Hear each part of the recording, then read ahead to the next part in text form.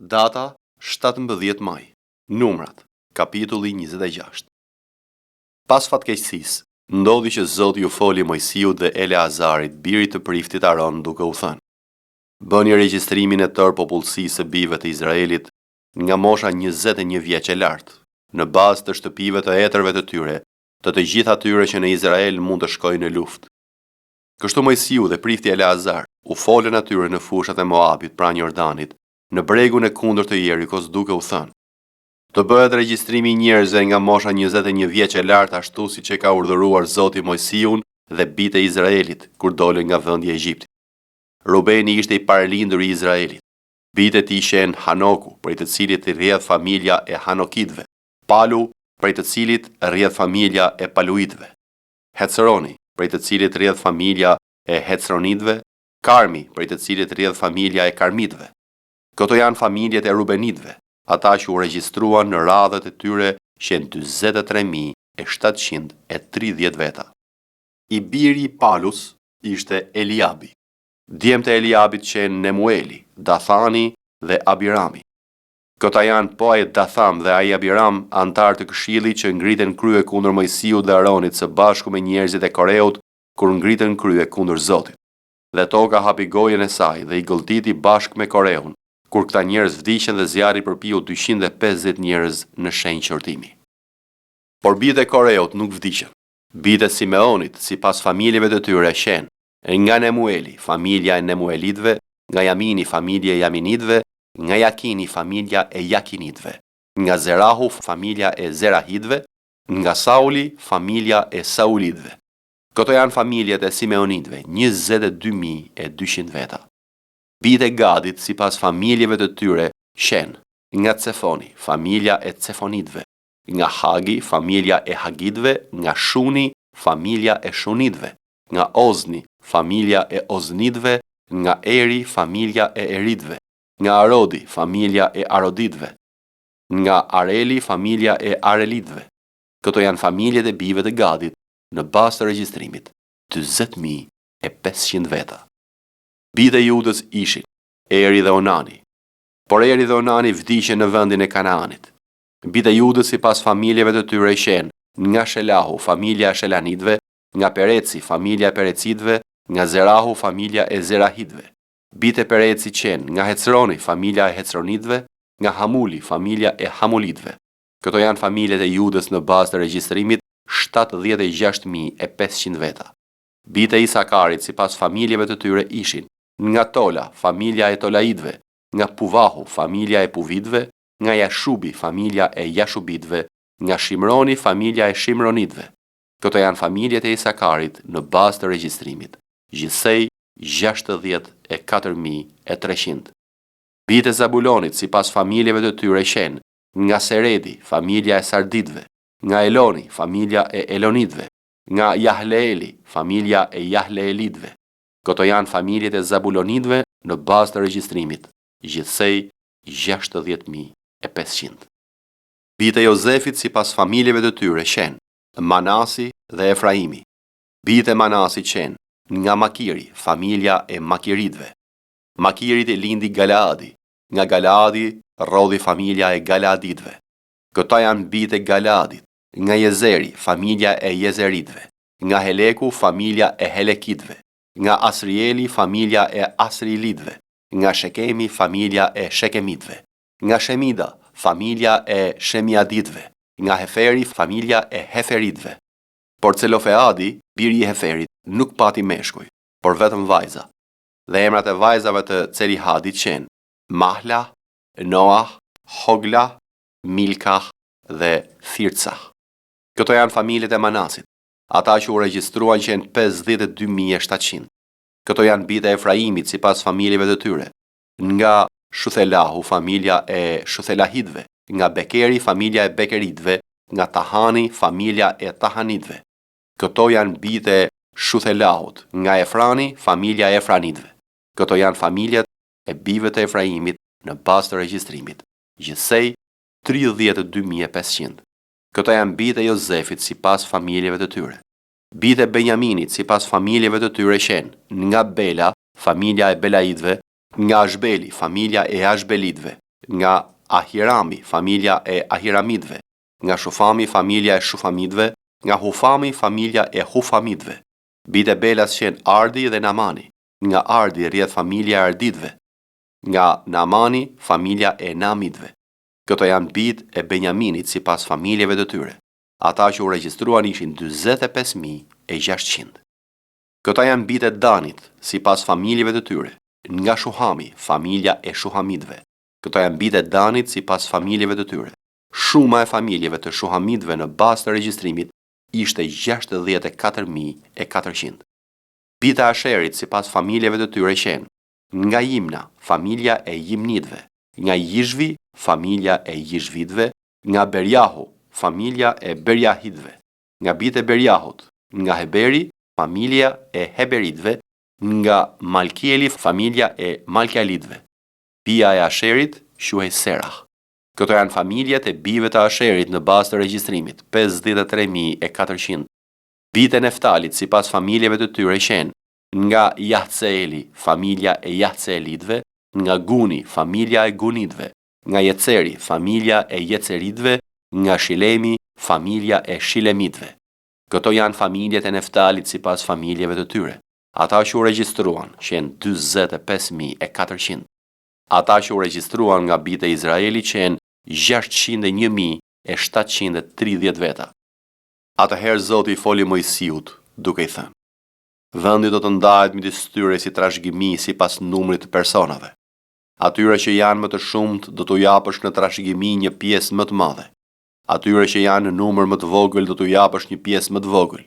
Secili do të marrë pjesën e tij në bazë të regjistrimit. Por ndarja e vendit do të bëhet me short. Ata do të marrin trashëgiminë e tyre në bazë të emrave të fiseve atërore. Ndarja e trashëgimisë do të bëhet me short midis të gjitha fiseve të mëdha ose të vogla. Dhe këta qenë ata që u regjistruan nga levitët sipas familjeve të tyre.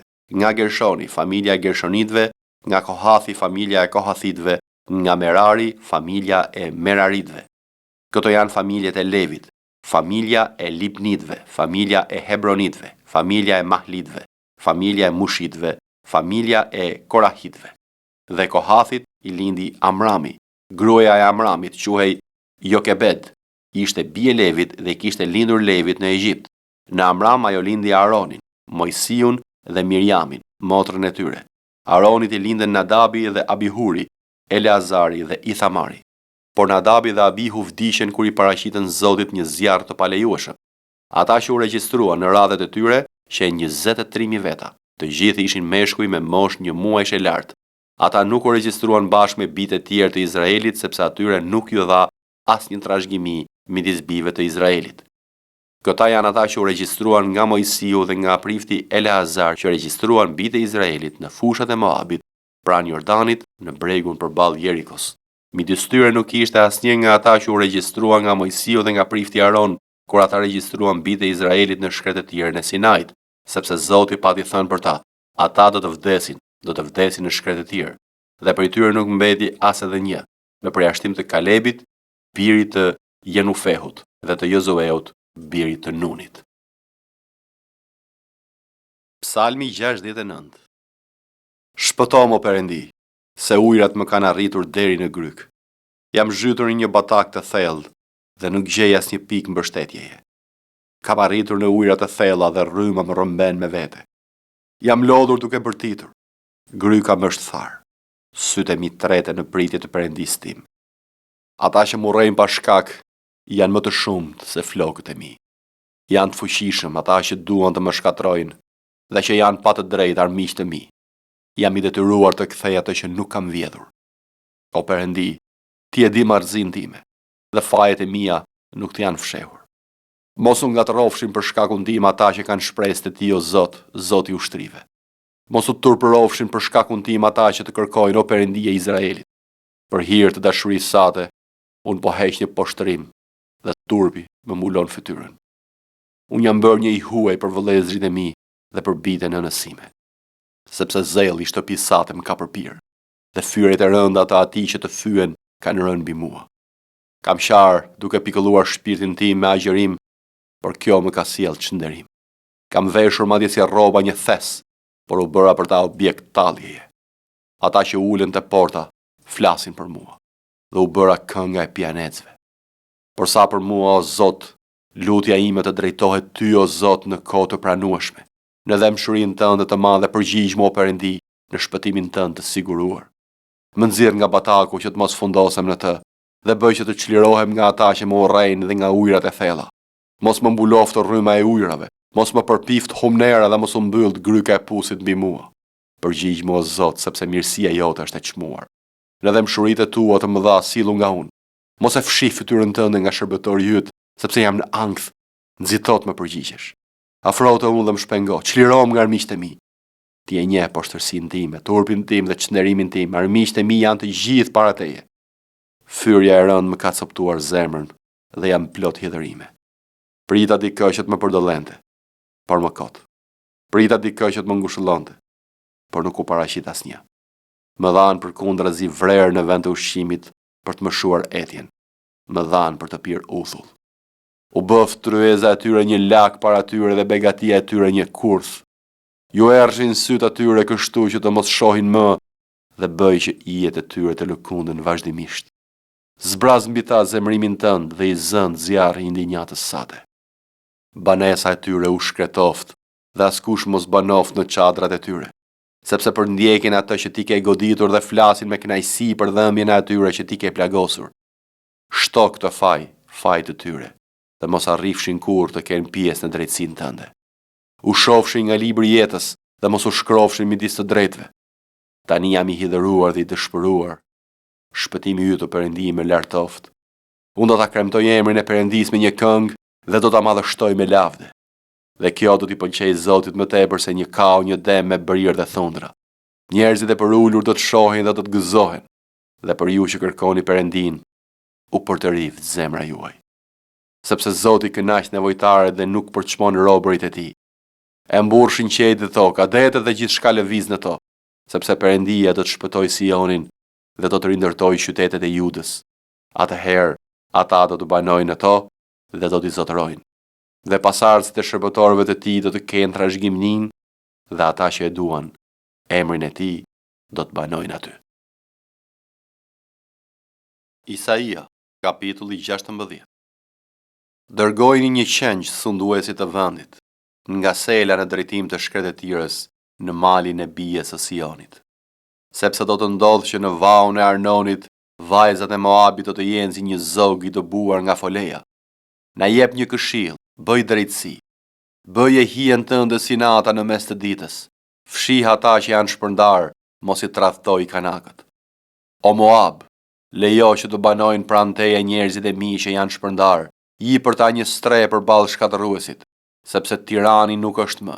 Shkatërimi ka marrë fund, shtypsit janë zhdukur nga vendi. Atëherë një front do të jetë i shndrueshëm në dëmshuri dhe mbi të do të ulet në besnikëri. Në çadrën e Davidit, një që do të gjykojë, do të ushtrojë gjykimin dhe do të jetë i gatshëm të bëjë drejtësinë. Kemi dëgjuar të flitet për krenarinë e Moabit, jashtëzakonisht krenar, për fodullëkun e tij, për kryelartësinë e tij, për arrogancën e tij, për mburrjen e tij pa baza.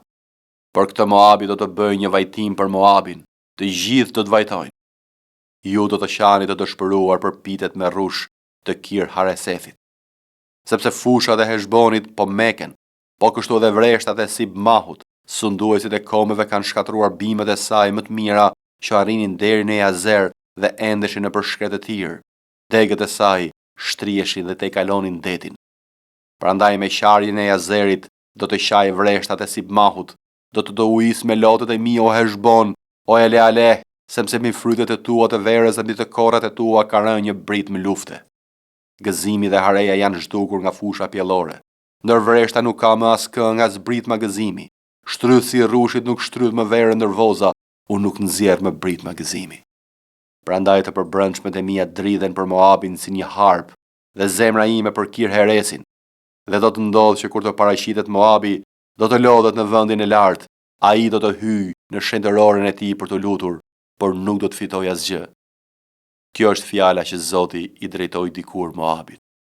Por tani Zoti ka folur duke thënë: brenda 3 vjetëve, si vitet e një argati me mëditje, lavdia e Moabit do të bjerë e do të përçmohet bashkë me tëra të turmë të madhe. dhe do të mbetet vetëm një numër shumë i vogël dhe i pafuqishëm. 1 Pjetrit, kapitulli 4. Duke qenë se Krishti ka vuajtur për ne në mish, armatosuni edhe ju me të njëjtën mendje, sepse ai që ka vuajtur në mish pushoi së mëkatuari, për të jetuar kohën e mbetur në mish jo më në dëshirimet e njerëzve, por sipas vullnetit të Perëndisë. Sepse për ne është e mjaftueshme koha e jetës që shkoi për të bërë vullnetin e kombeve, duke ecur në shthurje, në epshe, në dehje, në teprime, në të ngrëna, në të pira dhe në idhujtari të neveritshme. Prandaj u duket çudi që ju nuk rendni me ta në po ato teprime shthurjeje dhe ju shajnë.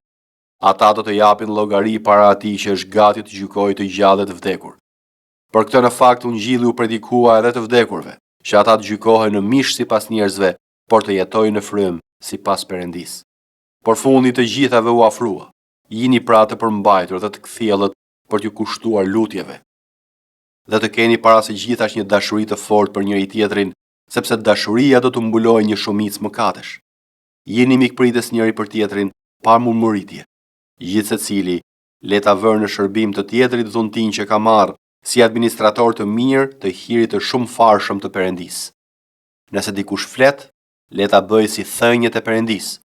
Kush bën një shërbim, le ta bëj me forcën që jep Perëndia, që në gjithçka të përlëvdohet Perëndia nëpërmjet Jezu Krishtit, të cilit i takon lavdia dhe pushteti në jetë të jetëve. Amen. Të dashur, mos ju duket çudi për provën e zjarrit që u bë ndër ju, se si u ndodhi diçka e çuditshme. Por gëzohuni në atë mas që merrni pjesë në vuajtjet e Krishtit, që edhe në zbulesën e lavdisë së tij të mund të gëzoheni dhe të ngazëlleheni. Në qoftë se jo fyen për emrin e Krishtit, lum ju, sepse fryma e lavdisë dhe fryma e Perëndisë prehet mbi ju, nga ana e tyre blasfemohet, kurse nga ana juaj përlëvdohet. Por asnjë nga ju le të mos vuajë si vrasës ose vjedhës ose keqbërës, apo sepse përzihet në punët e të tjerëve. Por nëse dikush vuan si i krishterë, le të mos ketë turp, por le të përlëvdojë Perëndinë në këtë, sepse erdhi koha që të fillojë gjyqi nga shtëpia e Perëndisë, dhe nëse fillon më përpara nga ne, cili do të jetë fundi atyre që nuk i binden Ungjillit të Perëndisë? Dhe nëse i drejti mezi shpëton, ku do të duket i pabeci dhe mëkatari? Prandaj, edhe ata që vuajnë sipas vullnetit të Perëndisë, le t'i besojnë shpirtrat e tyre atij, si te krijuesi besnik, duke bërë të mirën.